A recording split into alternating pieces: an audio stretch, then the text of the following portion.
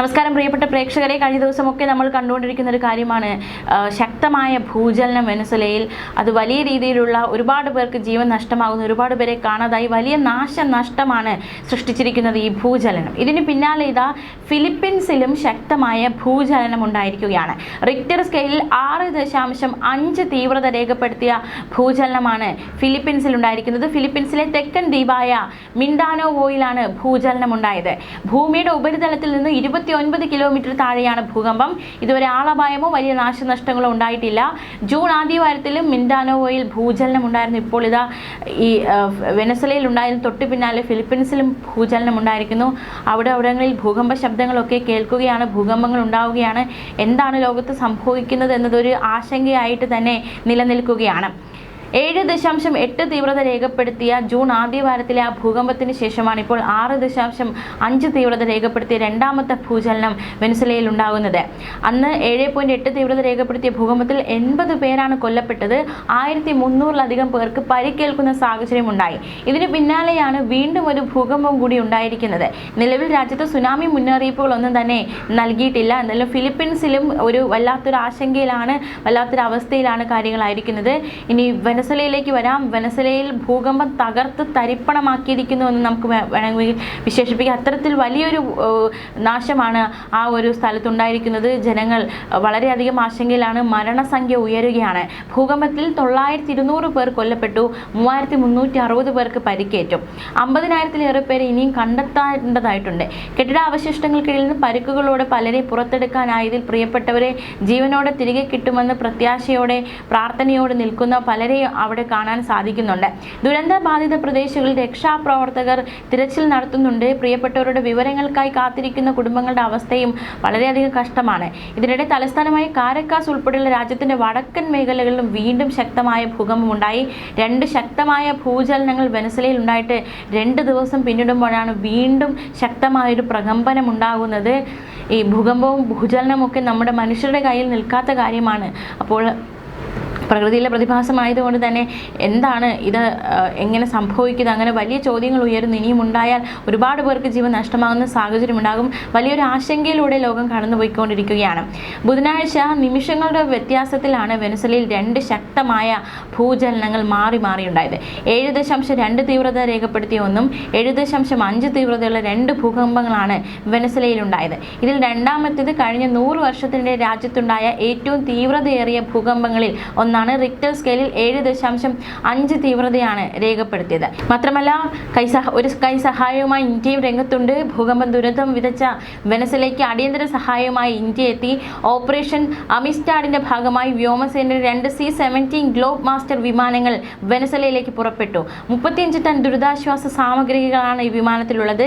കരസേനയുടെ field hospital യൂണിറ്റും Indian സഹായങ്ങളിൽ ഉൾപ്പെടുന്നുണ്ട്.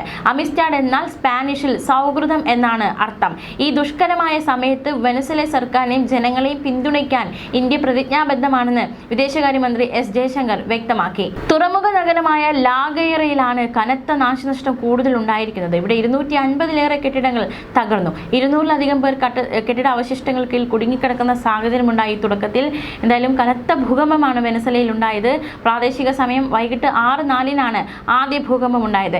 7.2 തീവ്രത രേഖപ്പെടുത്തിയ ആദ്യ ഭൂചലനത്തിന് വെറും 40 സെക്കൻഡുകൾക്ക് ശേഷമാണ് 7.5 തീവ്രത രേഖപ്പെടുത്തിയ അടുത്ത ഭൂകമ്പം ഉണ്ടായത്.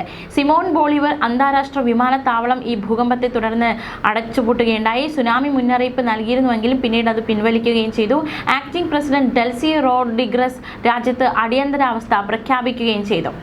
വെനസ്വേലയിലുണ്ടായ വിനാശകരമായ ഇരട്ട ഭൂചലനങ്ങളിൽ പ്രധാനമന്ത്രി നരേന്ദ്രമോദി അനുശോചനം രേഖപ്പെടുത്തി. ദുരന്തത്തിൽ ഇന്ത്യ വെനസ്വേലൻ ജനതയ്ക്കൊപ്പം നിലകൊള്ളുന്നുവെന്നും സാധ്യമായ എല്ലാ സഹായങ്ങളും നൽകാൻ തയ്യാറാണെന്നും അദ്ദേഹം വ്യക്തമാക്കി. ഭൂകമ്പം വിതച്ച നാശനഷ്ടങ്ങളിൽ താൻ അങ്ങേയറ്റം ദുഃഖിക്കുന്നുവെന്നും ഈ പ്രതിസന്ധി ഘട്ടത്തിൽ ഇന്ത്യ വെനസ്വേലയ്ക്കൊപ്പമുണ്ടെന്നും പ്രധാനമന്ത്രി നരേന്ദ്രമോദി എക്സിൽ കുറിച്ചു. ഇന്ത്യയിലെ ജനങ്ങൾക്ക് വേണ്ടി വെനസ്വേലൻ സർക്കാരിനോടും അവിടുത്തെ ജനങ്ങളോടും പ്രത്യേകിച്ച് പ്രിയപ്പെട്ടവരെ നഷ്ടപ്പെട്ട കുടുംബങ്ങൾക്കും ഹൃദയംഗമായ അനുശോചനം അറിയിക്കുകയാണെന്നും പരിക്കേറ്റവർ എത്രയും വേഗം സുഖം പ്രാപിക്കട്ടെ എന്ന് പ്രാർത്ഥിക്കുകയാണെന്നും ഈ പ്രയാസകരമായ സമയത്ത് ദുരന്തബാധിതരായ എല്ലാവർക്കും ഒപ്പം ഇന്ത്യ നിലകൊള്ളുന്നുവെന്നും സാധ്യമായ എല്ലാ സഹായങ്ങളും എത്തിക്കാൻ ഇന്ത്യ സന്നദ്ധമാണെന്നും അദ്ദേഹം എക്സിൽ കുറിച്ചു. അതേസമയം ഇന്ധന ഉൽപാദനക്ഷമതയുടെയും ഇറക്കുമതിയുടെയും കാര്യത്തിൽ മുൻപന്തിയുള്ള രാജ്യത്തെ പ്രതിസന്ധിയെ വലിയ ആശങ്കയോടെയാണ് ഇന്ത്യ അടക്കമുള്ള രാജ്യങ്ങൾ വീക്ഷിക്കുന്നത്. ഇന്ധന വിതരണത്തിൽ തടസ്സങ്ങൾ ഉണ്ടായതിൻ്റെതായ സംഭവങ്ങൾ ഇതുവരെ റിപ്പോർട്ട് ചെയ്യപ്പെട്ടിട്ടില്ലെങ്കിലും അടുത്തിടെ വെനസ്വേലൻ ഇന്ധന ഇറക്കുമതിയെ അമിതമായി ആശ്രയിച്ചുകൊണ്ടിരിക്കുന്ന ഇന്ത്യയെ സംബന്ധിച്ചിടത്തോളം വരും നാളുകൾ അല്പം സങ്കീർണമായിരിക്കും. കഴിഞ്ഞ 2 മാസത്തിലേറെയായി വെനസ്വേലയിൽ നിന്നുള്ള ക്രൂഡ് ഇറക്കുമതിയെ ഇന്ത്യ കൂടുതലായി ആശ്രയിക്കുന്നുണ്ട്. പശ്ചിമേഷ്യയിലും ഹോർമുസ് കടലിടുക്കിലും തുടരുന്ന സംഘർഷം ഈ ഇടപാടിനെ കൂടുതൽ ആശ്രയിക്കാൻ ഇന്ത്യയെ നിർബന്ധിതരാക്കുമെന്നാണ് വിദഗ്ധരടക്കമുള്ളവർ ചൂണ്ടിക്കാട്ടുന്നത്. ഈ വർഷം ഏപ്രിൽ മെയ് മാസങ്ങളിൽ ഇന്ത്യയുടെ ഏറ്റവും വലിയ ക്രൂഡ് ഇറക്കുമതി ശക്തിയായി വെനസ്വേല മാറിയെന്നാണ് പെട്രോളിയം ഗ്യാസ് മന്ത്രാലയം വ്യക്തമാക്കുന്നത്. പ്രതിമാസം 64,000 മെട്രിക് ടണ്ണിലേറെ ക്രൂഡ് ഓയിൽ വെനസ്വേലയിൽ നിന്ന് അടുത്തിടെ മാത്രം ഇറക്കുമതി ചെയ്തെന്നാണ് റിപ്പോർട്ടുകൾ. വെനസ്വേലയുമായുള്ള ഇടപാടുകളെ ഊർജ്ജ മേഖലയിലെ നിർണായക പില്ലറുകളിലൊന്ന് എന്നാണ് അടുത്തിടെ ഇന്ത്യൻ സർക്കാർ വിശേഷിപ്പിച്ചത്. അതേസമയം കഴിഞ്ഞ ദിവസങ്ങളിലുണ്ടായ ഭീകരമായ ഭൂകമ്പത്തിൽ വെനസ്വേലയിലെ റിഫൈനറികളിലടക്കം നിരവധി കേന്ദ്രങ്ങളിൽ നാശനഷ്ടങ്ങൾ ഉണ്ടായെന്ന റിപ്പോർട്ടുകൾ പുറത്തുവരുന്നുണ്ട്. പക്ഷേ ദുരന്തത്തിൽ വെനസ്വേലയുടെ ഓയിൽ ഇൻഫ്രാസ്ട്രക്ചറിന്റെ പ്രവർത്തനം തടസ്സപ്പെട്ടില്ലെന്നും ഇന്ധന ഇറക്കുമതി, കയറ്റുമതി എന്നിവ പഴയപടി തുടർന്നേക്കുമെന്നും റിപ്പോർട്ടുകൾ പുറത്തുവരുന്നുണ്ട്. വെനസ്വേലയിൽ നിന്നുള്ള ഇറക്കുമതി ഇന്ത്യക്ക് പ്രധാനമായിരുന്നെങ്കിലും ഇരട്ട ഭൂകമ്പം കാരണമുള്ള പ്രതിസന്ധി ഇന്ത്യൻ ഇന്ധന വിപണിയെ പ്രതികൂലമായി ബാധിച്ചേക്കില്ലെന്നാണ് റിപ്പോർട്ടുകൾ. Russia, Iraq, Saudi Arabia, UAE, US, Brazil അടക്കമുള്ള മറ്റനേക രാജ്യങ്ങളിൽ നിന്നും ഇറക്കുമതിയുള്ളതിനാൽ തന്നെ നിലവിലെ സാഹചര്യം ഇന്ത്യക്ക് തിരിച്ചടിയായേക്കില്ല. വെനസ്വേലയിൽ നിന്നുണ്ടാകുന്ന കുറവിനെ മറ്റ് രാജ്യങ്ങളിൽ നിന്നുള്ള ഇറക്കുമതിയിലൂടെ നികത്താനാകുമെന്നാണ് നിരീക്ഷകർ വ്യക്തമാക്കുന്നത്. അതുകൊണ്ട് തന്നെ പെട്രോൾ, ഡീസൽ അടക്കമുള്ള ഇന്ധനങ്ങളുടെ വിലയിൽ ഉടനടി വീണ്ടും ഒരു കുതിച്ചുചാട്ടം ഉണ്ടായേക്കില്ല. അതേസമയം മരണസംഖ്യ ഉയരുകയാണ്. ഇനി എങ്ങനെയാണ് മുന്നോട്ടുള്ള പോക്ക്, അല്ലെങ്കിൽ ഇനിയും തുടർ ചലനങ്ങൾ ഉണ്ടാകുമോ എന്നൊരു ആശങ്കയൊക്കെ ഒരു വശത്ത് നിൽക്കുകയാണ്. ബുധനാഴ്ചയുണ്ടായ ശക്തമായ ഭൂകമ്പത്തിൽ തലസ്ഥാനമായ കാരക്കാസ്, തുറമുഖ നഗരമായ ലാ ഗ്വൈറ എന്നിവിടങ്ങളിൽ സമീപപ്രദേശങ്ങളിൽ വൻ നാശനഷ്ടമാണ് ഉണ്ടായിരിക്കുന്നത്.